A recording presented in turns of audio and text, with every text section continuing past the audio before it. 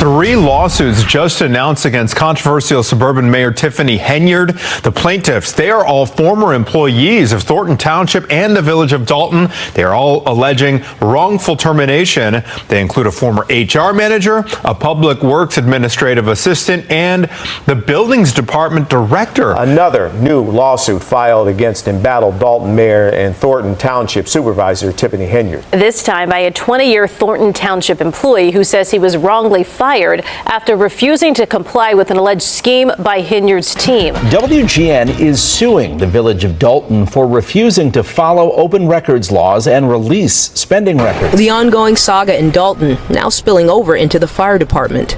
When the mayor first started to run in 2021, we did endorse her, and then everything went sideways.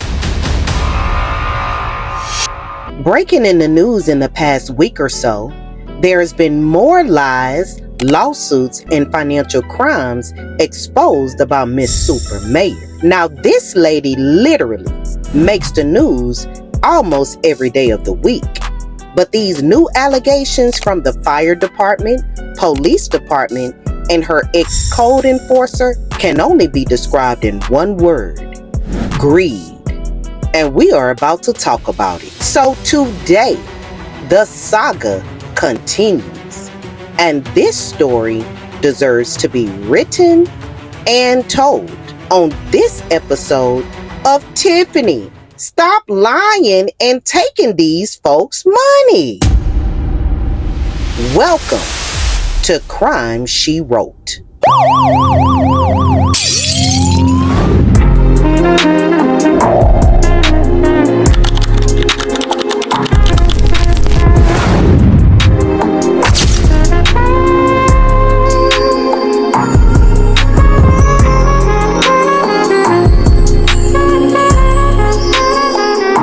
Tiffany Henyard has been exposed to be a liar, manipulator, and a thief. Not only is she being accused of misusing the Thornton Township and the village of Dolton resident taxpayer funds, but she has also been accused of stealing the Dolton firefighters' pension. We all know that when an emergency comes, the firefighters are typically the first responders on the scene. They normally get to crime scenes before the police officers, and she's allegedly misusing their pension funds. In case you haven't seen this update, a Dolton firefighter recently had the courage to speak out in an exclusive interview with the news station about the misuse of their pension funds, and this is what he had to say. Some firefighters in a South suburban community are raising concerns about the money that is supposed to be spent on their retirement and health care benefits. NBC5's Regina Waldrop spoke with one firefighter in Dolton who's now demanding answers. The ongoing saga in Dolton now spilling over into the fire department. When the mayor first started to run in 2021, we did endorse her, and then everything went sideways. Adam Farrick has been a firefighter in the village for 10 years. He's also a union rep for Local 3766. We have a ton of concerns. Most revolve around financial issues. These are some of the grievances the union has filed against the village. Farrick claims many of the village's 21 firefighters don't want to speak out for fear of retaliation. And there's always that scare of retaliation of what's going to happen if we don't beat to their drum. Farrick claims money taken out of their checks for a retirement plan not going where it should. I pick the amount that I would like with taken out of my check, and then that money is supposed to go to nationwide. It has not been happening. He also claims firefighters are having issues with health insurance, which the village pays for. These are some of the documents shared with NBC5 that say premiums have not been received. Members are getting claims denied, and we did file agreements over that as well. Trustee Brittany Norwood tells us these issues are very concerning. It's very sad. It's sad because for the last 3 years, my colleagues on the board and I have been questioning how the money is being spent. We've been fighting for transparency so that we can have the answers to these financials. Firefighters say they've been working without a contract going on 5 years, and they claim the village is refusing to sit down and negotiate. We all come here because we love this place. But you just wish I wish that the upper administration could get it together and do the right thing. The Henyard administration did not respond to our requests for a statement. I commend the firefighter for standing his ground and speaking out for what's right. As he stated, his colleagues are afraid to come forward due to the fear of retaliation. It is sad that the village of Dolton and Thornton Township employees have to work in fear for their jobs every day. But speaking of retaliation, shout out to Hannibal is Hungry. He released a story this week about a Dolton police officer, Jeffrey DeVries, who filed a lawsuit this month against Mayor Tiffany Henyard, Dolton Police Chief Lewis Lacey, and Dolton Board of Fire and Commissioners Board member Devontae Stewart. He is alleging that they falsified police sergeant test scores, gave unlawful promotions, and for not meeting the required minimum of 3 commissioners on the board. The lawsuit goes on to state that 5 police officers tested to be promoted to the position of sergeant, but out of the 5 officers, only 2 of the officers met the required passing score of 70%.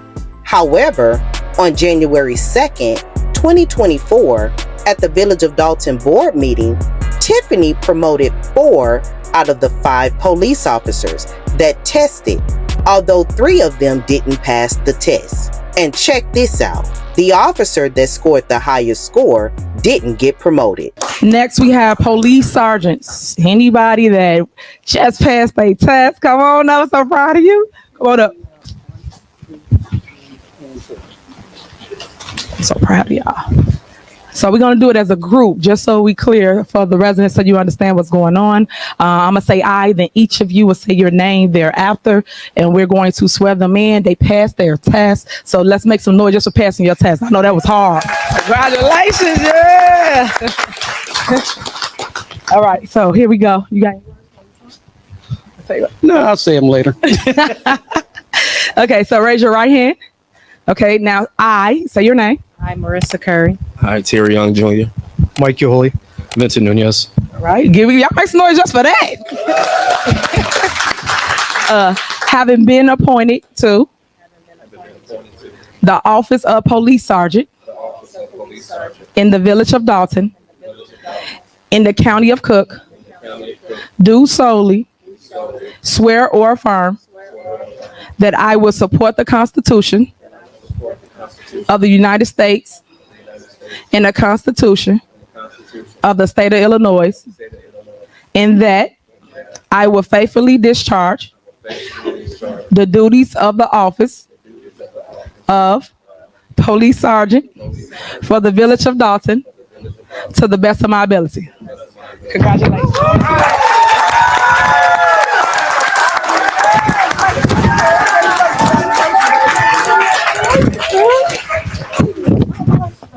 Now, one thing we know about Miss Mayor, she loves to put her unqualified friends, family members, and boo things in positions at the Village of Dolton and Thornton Township. And speaking of unqualified boo things, do y'all recall the story that came out about the code enforcer that has a criminal history that she hired to work at the Village of Dolton? If you don't, here's a reminder.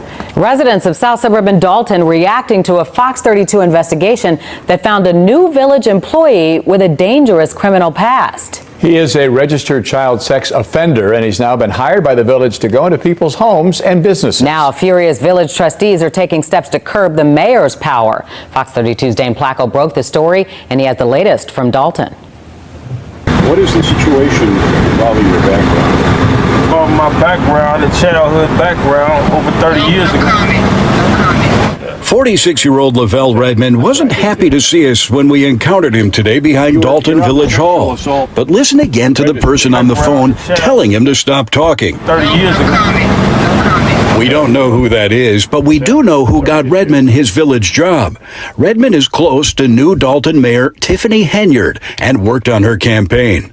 Records obtained by Fox 32 show that on September 20th, Redmond was hired as a code enforcement officer for the village of Dolton, a job that gives him access inside homes and businesses, which is why Dolton residents were shocked when we showed them what we found online. Oh my God! Don't they supposed to do background checks before they allow these people in these kind of positions? One would think, right? Yes. That's because Redmond is listed as a child sex offender on the Illinois State Police Registry.